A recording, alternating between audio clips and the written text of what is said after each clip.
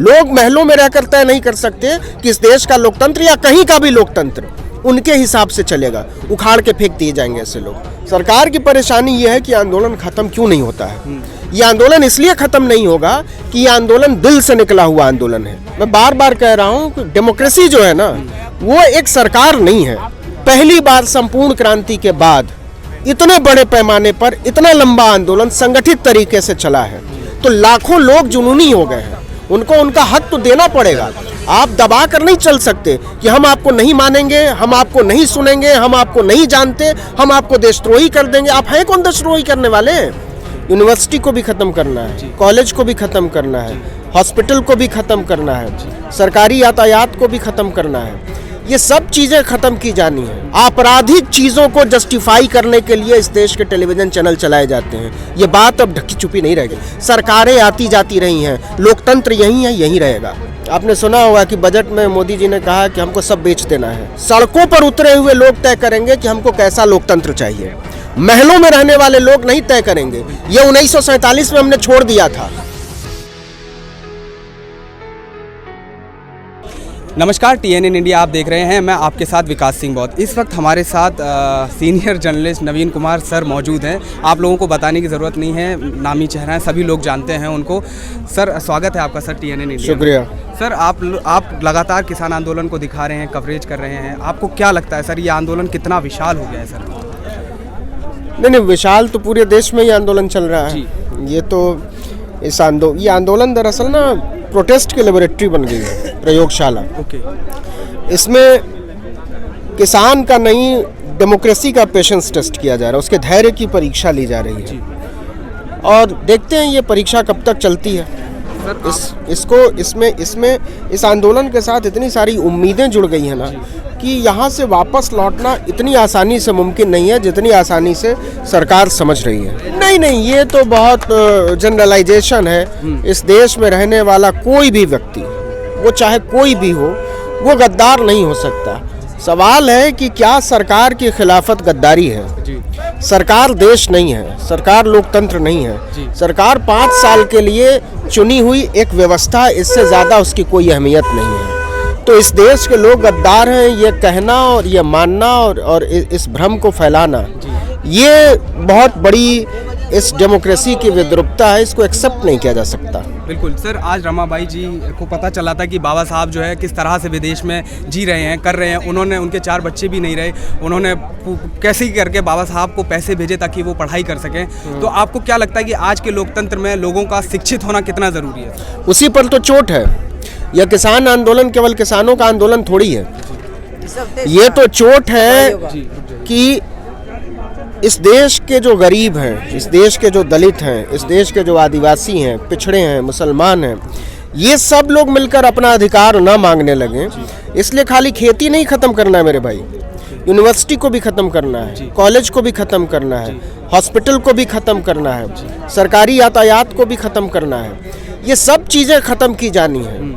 आपने सुना होगा कि बजट में मोदी जी ने कहा कि हमको सब बेच देना है। तो ये खरीदेगा कौन? ये तो अब कोई सवाल रह ही नहीं गया। सवाल अब ये है कि जो लोग इसकी खिलाफत करेंगे, मतलब वो उस सिस्टम की खिलाफत कर रहे हैं जो इसको मानते नहीं हैं, जो नहीं मानते। आप बताइए कि इस देश का किसान, अगर आप एम्स को बंद कर दोगे, आप सफदरजंग अस्पताल को बंद कर दोगे, आप राम मनोहर लोहिया अस्पताल को बंद कर दोगे, तो कहाँ जाएगा? 2000 रुपये देश के किसानों की औसत आमदनी है। अगर उसको हार्ट का ऑपरेशन कराना है तो आप PPP एक मॉडल जो है ना, वो कंपनियों को और कॉरपोरेट को डायरेक्ट कैश ट्रांसफर का एकदम सीधा बहाना है। आपको BSNL बेच देना है। आप पहले तो मोदी जी से पूछा जाना चाहिए कि क्या हटा देना है, ये आप मत बताइए। आप ये बता दीजिए कि आप चला क्या सकते हैं। हाँ, आप जब से आए हैं तब से कह रहे हैं कि हमको बेचना है। पहले आपने कहा कि हवाई जहाज घाटे में चलता है, उस पर गरीब नहीं चलता है, हम बेच देंगे। भाई फोन तो गरीब आदमी इस्तेमाल करता है ना, डाटा तो सस्ता, डाटा तो अधिकार है ना गरीब आदमी का भी। तो अब आप कह रहे हैं कि BSNL भी बेच देना है। LIC कहते हैं जिंदगी के साथ भी, जिंदगी के बाद भी, उसको भी बेच देना है। जैसा कि देखा गया, मोदी जी ने ये भी सफाई दी है कि 4 ट्रिलियन जो है UPI से ट्रांसफर हुए हैं पैसे। तो कहीं ना कहीं पता चला है कि इकोनॉमी में ये बदलाव आया। मोदी जी तो ऐसे कह रहे हैं सर। कहाँ बदलाव आया है? सवाल पैसा ट्रांसफर हुआ तो गया कहाँ? अंबानी जी हो गए ना दुनिया के सबसे अमीर आदमी। हाँ, वो तो है। किसान की आमदनी तो नहीं बढ़ी ना, 200 रुपये उसकी औसत आमदनी बढ़ी है पिछले 7 साल में। तो जब ऐसा किसान, अब आप कह रहे हो कि पंजाब में किसान जो है वो अडानी की बिजली खरीदेगा, डाटा अंबानी का खरीदेगा, है ना, खाना बिग बाजार से खरीदेगा, किताब अमेजोन से खरीदेगा, सरकार कुछ नहीं करेगी। सरकार सड़क पर टोल टैक्स लेगी, सरकार बिजली का टैक्स लेगी, सरकार आप माचिस खरीदेंगे उस पर टैक्स लेगी। इस देश के मिडिल क्लास को और इस देश के जो खेला खाया अघाया तबका है उसको बहुत बड़ा भ्रम है कि वही केवल टैक्स देता है। उसको पता है कि उस इनकम टैक्स केवल टैक्स है। इस देश का गरीब से गरीब आदमी टैक्स दे रहा है। जिसने 50 पैसे की माचिस खरीदी है उसने भी इस देश के सरकार को टैक्स दिया है। ये बेईमानी नहीं चल सकती। इस देश के किसानों को गद्दार कहने के लिए ना बहुत परले दर्जे की बेशर्मी चाहिए होती है। जो लोग किसानों को खालिस्तानी कह रहे हैं वो रोटी नहीं खाते हैं, क्या खाते हैं? क्या वो कभी खेतों में जान, उनसे पूछ दीजिए कि आम और अमरूद के पेड़ में अंतर करना है, वो नहीं कर पाएंगे। और वो लोग बता रहे हैं कि कौन देश प्रेमी और कौन देशद्रोही है। इनकी हिम्मत कैसे होती है? ऐसे लोगों की पहचान की जानी चाहिए। सर जैसे कि आपने अभी बताया, और कंगना रनौत और जो टीवी चैनल्स के जो एंकर्स हैं वो तो सर सीधा हमला करते हैं कि ये लोग आतंकवादी हैं, देशद्रोही हैं, इनको यहाँ से देश से ही निकाल देना चाहिए। चित्रा ने तो यहाँ तक लिख दिया कि किसान आंदोलन खत्म हो जाएगा 26 जनवरी। तो ये देखिए, मैं किसी का नाम नहीं ले रहा हूँ क्योंकि ये किसी एक व्यक्ति की बात नहीं है, एक पूरे संस्थान के भ्रष्ट हो जाने का मामला है ना। आप किसकी बात करेंगे और किसको छोड़ देंगे? जो लोग रेगुलेटेड टेम्परेचर में बैठ के रेगुलेटेड माहौल में रेगुलेटेड किस्म की बातें करते हैं, उनसे आप डेमोक्रेसी की उम्मीद लगाकर बैठे क्यों हैं? सवाल, गलती उन लोगों की नहीं है, गलती हमारी और आपकी है जिन्होंने इन लोगों से उम्मीद लगाई। हम फंसे हुए हैं, इनका कुछ भी स्टेक पर नहीं है। आप क्यों उम्मीद करते हैं कि करोड़ों रुपया लगाकर टेलीविजन चैनल चलाने वाला आदमी जो है किसानों की बात करेगा? आप क्यों उम्मीद करते हैं कि अंबानी इतना बड़ा टेलीविजन का एम्पायर चलाएगा, वो मजदूरों की बात करेगा? क्यों करेगा? नहीं करेगा। तो जाहिर सी बात है वहाँ वही लोग बैठेंगे जो लोग उनकी व्यवस्था के लिए सुटेबल होंगे, जो उसको जायज़ ठहराएंगे, वो चाहे क्रिमिनल क्यों ना हो। आपराधिक चीज़ों को जस्टिफाई करने के लिए इस देश के टेलीविज़न चैनल चलाए जाते हैं। ये बात अब ढकी छुपी नहीं रह गई है। मैं बार बार कह रहा हूँ कि डेमोक्रेसी जो है ना वो एक सरकार नहीं है। पूरा लोकतंत्र जो है ना वो चुने हुए लोग नहीं हैं, मिनिस्टर नहीं है।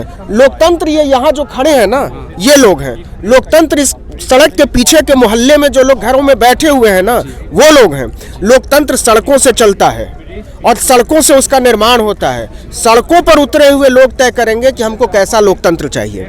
महलों में रहने वाले लोग नहीं तय करेंगे। ये 1947 में हमने छोड़ दिया था कि महलों, मीनारों, मेहराबों में रहने वालों को हमने छोड़ दिया था। हमने डेमोक्रेसी को अडॉप्ट किया था। तो डेमोक्रेसी तो लोग तय करेंगे।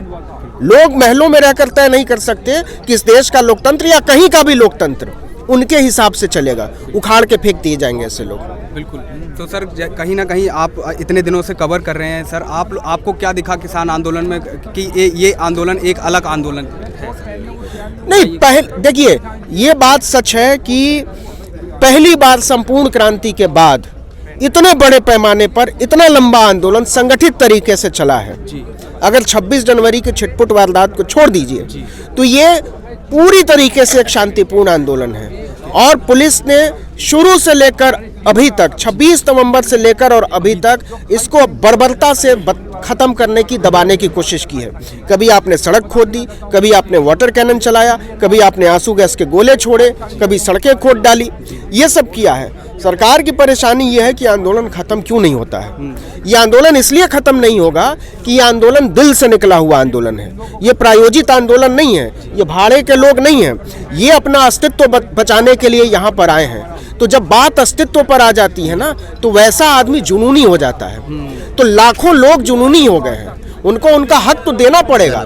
आप दबा कर नहीं चल सकते कि हम आपको नहीं मानेंगे, हम आपको नहीं सुनेंगे, हम आपको नहीं जानते, हम आपको देशद्रोही कर देंगे। आप हैं कौन देशद्रोही करने वाले? आप सर्टिफाई करेंगे हमको कि हम देश से प्यार करते हैं कि नहीं। 5 साल बाद आप रहेंगे कि नहीं रहेंगे कौन जानता है। कोई नई सरकार आएगी, कुछ नए लोग आएंगे, कुछ नए चेहरे आएंगे। सरकारें आती जाती रही हैं, लोकतंत्र यही है, यही रहेगा। इस देश के लोग यहाँ हैं, यहीं रहेंगे, यही लोग बताएंगे कि हमको सरकार कैसी चाहिए, हमको नेता कैसा चाहिए। सर, हिंदू महासभा है उत्तर प्रदेश की, आप लोकतंत्र की बात बहुत ज़्यादा कर रहे हैं, इस वजह से मैं पूछना चाह रहा हूँ कि लोकतंत्र जो है, देखिए हिंदू महासभा की जिसकी बात कर रहे हैं ना, हिंदू महासभा 1947 से पहले कहा था कि ब्लैक डे है सर। 3 फोर्सेस थी, मुस्लिम लीग थी, कांग्रेस पार्टी थी और हिंदू महासभा थी। तो मुस्लिम लीग ने पाकिस्तान बना लिया, वो लोग चले गए। कांग्रेस पार्टी ने सेकुलर फोर्सेस के साथ मिलकर एक डेमोक्रेसी को अडॉप्ट किया, उन्होंने समाजवादी गणतंत्र की आधारशिला रखी।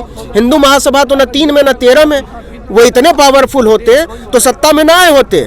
नेहरू ने कृपा करके उनके एक नेता को मंत्री बनाया था, जिनके वंशज आज सत्ता में बैठे हुए हैं। इसलिए हिंदू महासभा ये कोई नहीं है, कुछ नहीं है। ये फूंक मार देंगे किसान, वो उड़ जाएंगे। आप मंदिर में जाकर प्रसाद नहीं खा सकते हैं जिंदगी भर आपको रोटी खानी पड़ेगी। लेकिन सर, आरएसएस तो अपने आप को कहता है कि वो दुनिया का सबसे बड़ा संगठन है। अरे नहीं, इस बीजेपी भी कहती है कि हम सबसे बड़े संगठन। तो इसको व्हाट डज इट मीन, इसका मतलब क्या है? क्या इसका कोई मतलब है? इसका कोई मतलब नहीं है, ये सेंसलेस बातें हैं। बड़ा होने से क्या होता है? बड़ा नहीं चाहिए, जायज़ चाहिए, हक चाहिए लोगों को। हम बड़े का कुछ नहीं करने वाले हैं। थैंक यू सर, हमसे बात करने के लिए बहुत बहुत धन्यवाद सर। तो ये नवीन कुमार सर थे, जिनको आप अभी सुन रहे थे। ये अपना यूट्यूब चैनल भी चलाते हैं। जिस तरीके से उन्होंने बताया कि लोकतंत्र में आप तानाशाही नहीं कर सकते, आप लोकतंत्र में तानाशाह नहीं बन सकते।